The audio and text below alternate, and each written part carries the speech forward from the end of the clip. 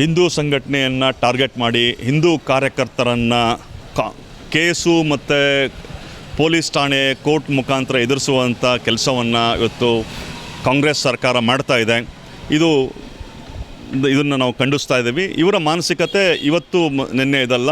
ಅವರು ಏನೋ ಹೇಳಿದೆ, ಸ್ವತಂತ್ರ ಬರೋಕ್ಕಿಂತ ಮುಂಚೆ ನೆಹರು ಕಾಲದಿಂದ ಮೊಹಮ್ಮದ್ ಅಲಿ ಜಿನ್ನಾ ಮತ್ತು ನೆಹರು ಒಪ್ಪಂದ ಮಾಡಿಕೊಂಡು ದೇಶ ವಿಭಜನೆಗೆ ಕಾರಣ ಆದರು. ಅದರ ಹಿನ್ನೆಲೆ ಏನು ಅಂತಂದರೆ, ತಾನು ಪ್ರಧಾನಿ ಆಗಬೇಕು, ಅಧಿಕಾರದ ದಾಹದಿಂದ ನೆಹರು ಅವತ್ತು ಪಾಕಿಸ್ತಾನಕ್ಕೆ ಜಿನ್ನಾನ್ ಪ್ರಧಾನಿ ಆಗಬೇಕು, ಭಾರತಕ್ಕೆ ನಾನು ಪ್ರಧಾನಿ ಆಗಬೇಕು ಅನ್ನೋಂಥ ಉದ್ದೇಶದಿಂದ ದೇಶ ವಿಭಜನೆ ಆಯಿತು.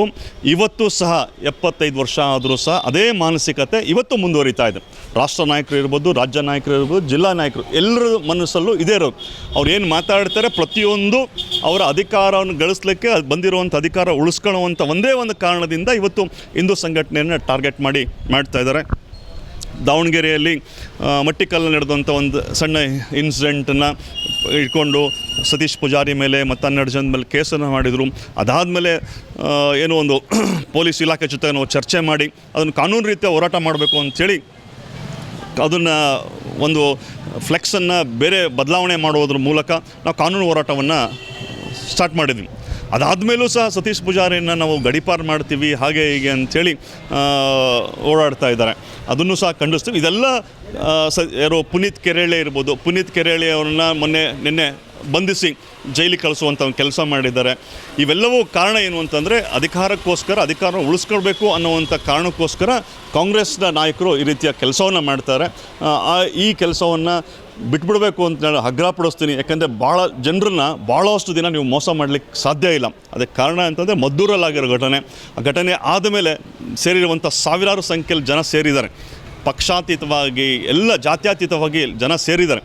ಅಲ್ಲಿ ಪೊಲೀಸ್ ಅಧಿಕಾರಿಗಳು ಸಣ್ಣದೊಂದು ಕಲ್ಲು ಬಿತ್ತು ಅಂತ ಹೇಳ್ತಾರೆ, ಆದರೆ ಅಲ್ಲಿರೋ ಮುಲ್ಲಾ ಮೌಲ್ವಿಗಳು ಒಪ್ಕೊಳ್ತಾರೆ ನಮ್ಮ ಕಡೆಯಿಂದ ತಪ್ಪಾಗಿರೋದು, ನಮ್ಮ ಹುಡ್ರೆ ತಪ್ಪಾಗಿರೋದು. ಅವರೇ ಒಪ್ಕೋಬೇಕಾದ್ರೆ ಇವತ್ತು ರಾಜ್ಯ ಸರ್ಕಾರ ಒಪ್ಕೊಳಕ್ಕೆ ರೆಡಿ ಇಲ್ಲ. ಅಲ್ಲೇನೂ ಆಗಿಲ್ಲ, ಸಣ್ಣ ಗಲಾಟೆ ಅಥವಾ BJP ರೋಗ ಮಾಡಿರೋದು, ಹಿಂದೂ ಸಂಘಟನೆಯವ್ರು ರೋಗ ಮಾಡಿರೋದು ಅಂತ ಹೇಳ್ತಾರೆ. ಇದು ಮುಚ್ಚಿಡಲಿಕ್ಕೆ ಸಾಧ್ಯ ಇಲ್ಲ. ಹಾಗಾಗಿ ಈ ರೀತಿಯ ಮಾನಸಿಕತೆಯನ್ನು ಕೈ ಬಿಡಬೇಕು ಅಂತೇಳಿ ನಾನು ಆಗ್ರಹಪಡಿಸ್ತೀನಿ. 25 ದಿನ ಅಷ್ಟೇ ಲಾಸ್ಟು ಅಂತ ಗಣೇಶ ಮೆರವಣಿಗೆಗೆ ಅವಕಾಶ ಜಿಲ್ಲಾಡಳಿತ ಮಾಡಿದೆ. ಅಷ್ಟೊತ್ತಿಗೆ ಮಾಡ್ತೀರಾ ಇಲ್ಲ?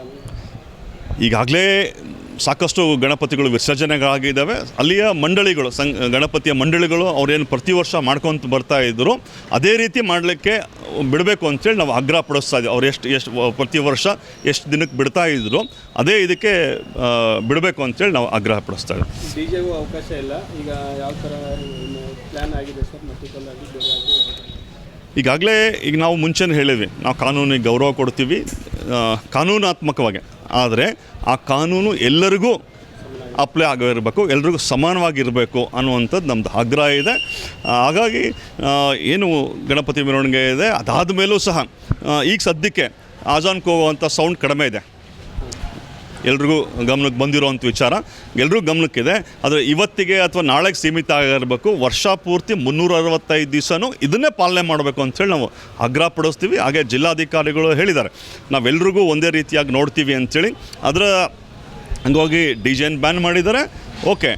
ಆದರೆ ಈಗ ಆಜಾನ್ ಏನು ಬಂದಾಗೈತಲ್ಲ, ಈಗ ಅದು ಮುಂದೆನೂ ಹಂಗೆ ಕಂಟಿನ್ಯೂ ಆಗಬೇಕು. ಮತ್ತು 3 ದಿನ ಆದಮೇಲೆ 4 ದಿನ ಆದಮೇಲೆ ಮತ್ತೆ ಅದು ಯಥಾರೂಪಕ್ಕೆ ಬಂದರೆ ನಾವು ಹೋರಾಟವನ್ನು ಮಾಡ್ತೀವಿ. ಮೆರವಣಿಗೆ ಬೇರೆ ಕಡೆ ರೂಟ್ ಚೇಂಜ್ ಮಾಡಿರಿ ಅಂತ ಹೇಳ್ತಾ ಇದ್ದಾರೆ. ಇಲ್ಲ, ಅದೇ ಮುಂಚೆಯಿಂದ ಯಾವ ರೂಟಲ್ಲಿ ಹೋಗ್ತಾ ಇದ್ರು ಆ ರೂಟಲ್ಲಿ ಹೋಗಬೇಕು ಅಂದು. ಹೌದು, ನಮ್ಮ ಮನವಿನೂ ಅದೇ ಇದೆ. ಜಿಲ್ಲಾಡಳಿತನೂ ಅದಕ್ಕೆ ಒಪ್ಕೊಂಡಿದ್ದಾರೆ.